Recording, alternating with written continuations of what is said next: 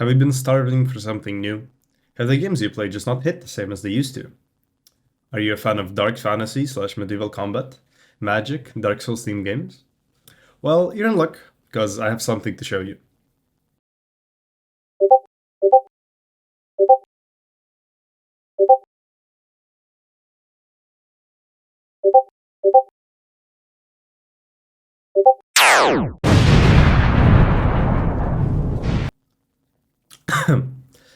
Anyway, so you do like medieval combat. Let me tell you about the game I really enjoyed playing recently. It's called Mistfall Hunter. Obviously not sponsored, not nearly big enough to get sponsored, but whatever. So the game is the extraction style dungeon crawler, somewhat similar to Dark and Darker, but not shit. Where you go on runs, kill people, loot them, extract, and upgrade your character. Very simple, very classic extraction gameplay. But now it's done with exciting Souls-like mechanics and decent PvP.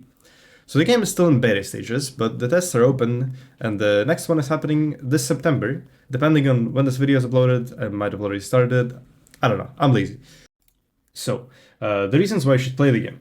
First, I think this mix of genres is something that people have genuinely never seen before, except Dark and Darker because it's bad.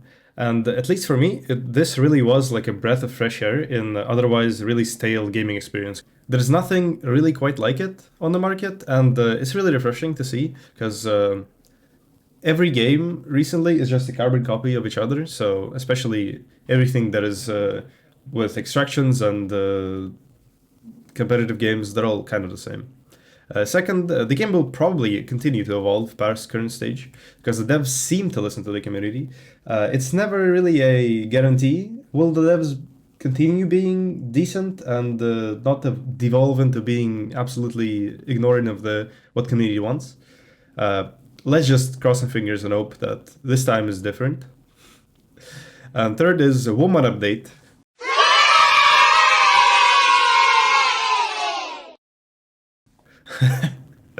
All right, but on a more serious note, the PvP in this game is actually really satisfying and fluid. Even though on the first playtest, I mean, technically the second, but the first time I was playing the game, I played on 120 ping because the only server available was in States. And I really didn't think that was much of a problem, considering I got to top 100 and top 50 for my class. I know it's not a bragging right, all right, I know that, considering tests are pretty small, but still. It shows the game that even though I was playing on the high ping, it's still worth playing, in my opinion. So the game has all of the classic OG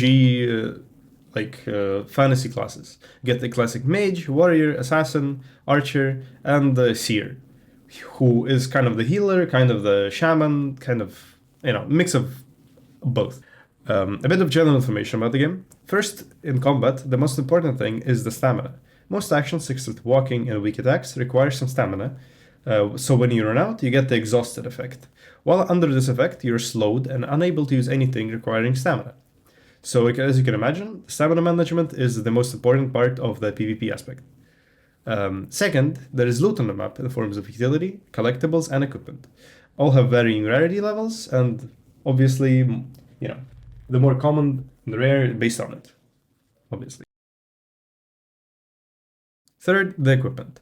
It's split between all the classes, so you can't just build your rogue as a mage, and vice versa, it just doesn't fit.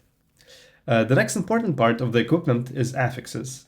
This is what hooked me into the game. That's really my maybe favorite mechanic of the game, is because it reminded me of old school Diablo 2 days, when I needed to stack necessary buffs on my character to get stronger.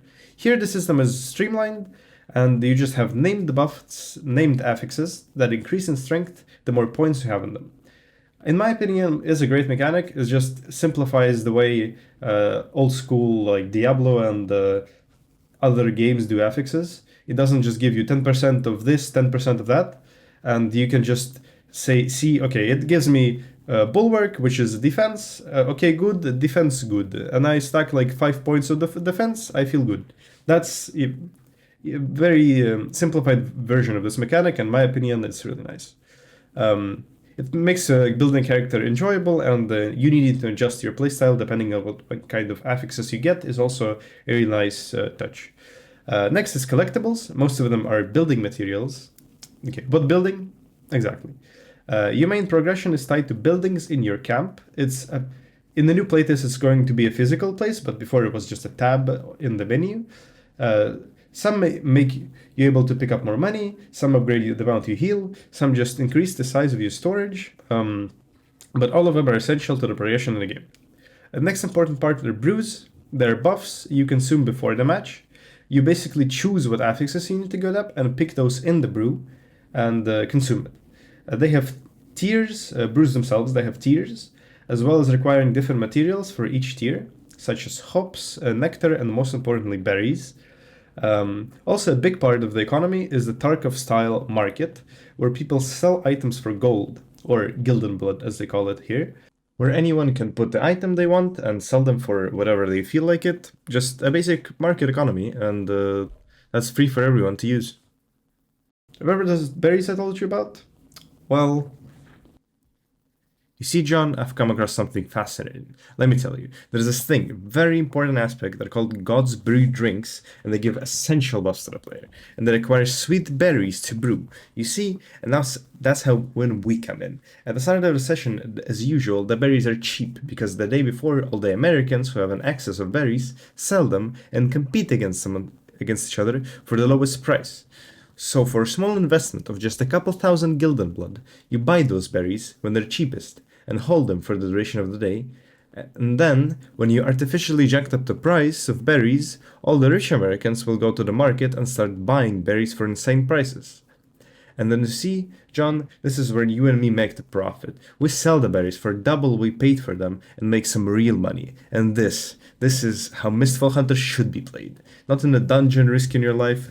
It's all done from right here, from the main menu, John. From the main menu. Great. Hey, John, thank you for your vote of confidence, and welcome to the Investors Center. Yeah, thanks a lot, man. Bye-bye. How'd you fucking do that? A bit more about classes and skills. Some classes have two different weapons they can equip and have different skills based on them. They also can equip two different weapons at once, so personally I played on a lot of rogue, so one weapon I had for main damage, for basically left clicking and charge attacks and whatever. The second weapon was used for utility spells, like smokes and slows, and stamina draining crows. That's the other skill I had. That type of thing is similar on some other classes that have dual weapons, is the mercenary, which is the warrior, and the seer will also have the second weapon available to him in the next playtest. Mage doesn't have that, and the archer also doesn't have that. So that's, so far at least, that's only exclusive to 3 classes, but they're probably gonna have 2 weapons for each and 2 types of combat you can do. Mostly, I hope that this game gets the recognition it deserves. I personally really believe in something like this becoming a really great game, and I would really be disappointed if it flopped. After the 16th of September, I will be streaming a lot of this new playtest on my Twitch. If you want to go see that, what the gameplay looks like, and if you have any questions, you are more than welcome. And yeah, just in general, I would just really like the game to be successful, because first of all, I will have bragging rights of playing open betas, and second is, I don't know, it's just something that people, I think, really need, is a good game that is just fun, with no complications, no toxic teammates, no, like, it is a competitive experience, but it's not, it doesn't become bigger than it has to be, in my opinion. It's just a cool game that you probably should try with your friends, and that's it. That's all we need from gaming, in my opinion. All right, that's going to be a bit a shorter video, just yapping about the game. I think you should try. I hope I release this video in a timely manner, and yeah, that's about it. See ya. Yeah.